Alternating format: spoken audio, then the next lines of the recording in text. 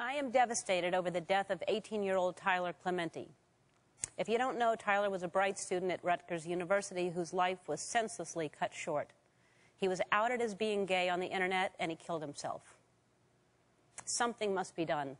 This month alone, there have been a shocking number of news stories about teens who have been teased and bullied and then committed suicide, like 13-year-old Seth Walsh in Tehachapi, California, 13-year-old Asher Brown in Cypress, Texas, and 15-year-old Billy Lucas in Greensburg, Indiana.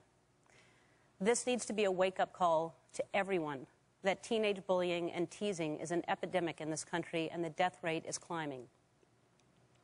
One life lost in this senseless way is tragic. 4 lives lost is a crisis. And these are just the stories we hear about. How many other teens have we lost? How many others are suffering in silence? Being a teenager and figuring out who you are is hard enough without someone attacking you. My heart is breaking for their families, for their friends, and for our society that continues to let this happen.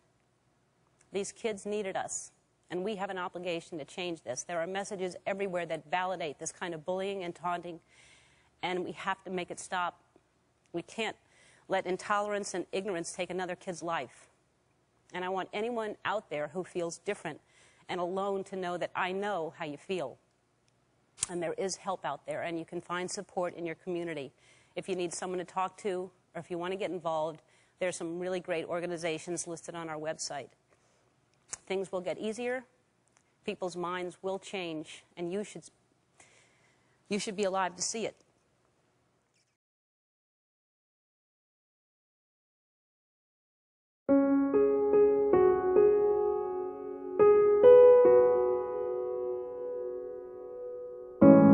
Although lesbian, gay, bisexual, trans, and queer-identified LGBTQ people are as diverse as the general Canadian population in their experiences of mental health and well-being, they face higher risks of some mental health issues due to the effects of discrimination.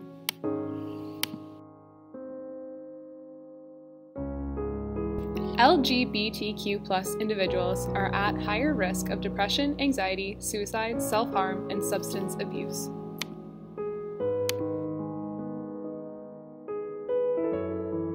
They are at double the risk for PTSD than their heterosexual counterparts.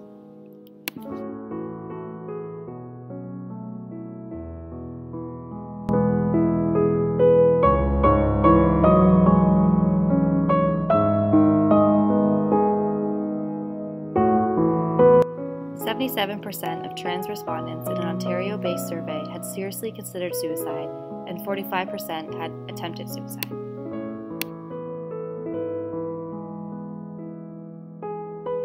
A Toronto-based study found significantly higher rates of smoking among LGBTQ adults, 36%, than heterosexual adults, 17%, and American studies report higher rates of alcohol-related problems among lesbian and bisexual women than heterosexual women.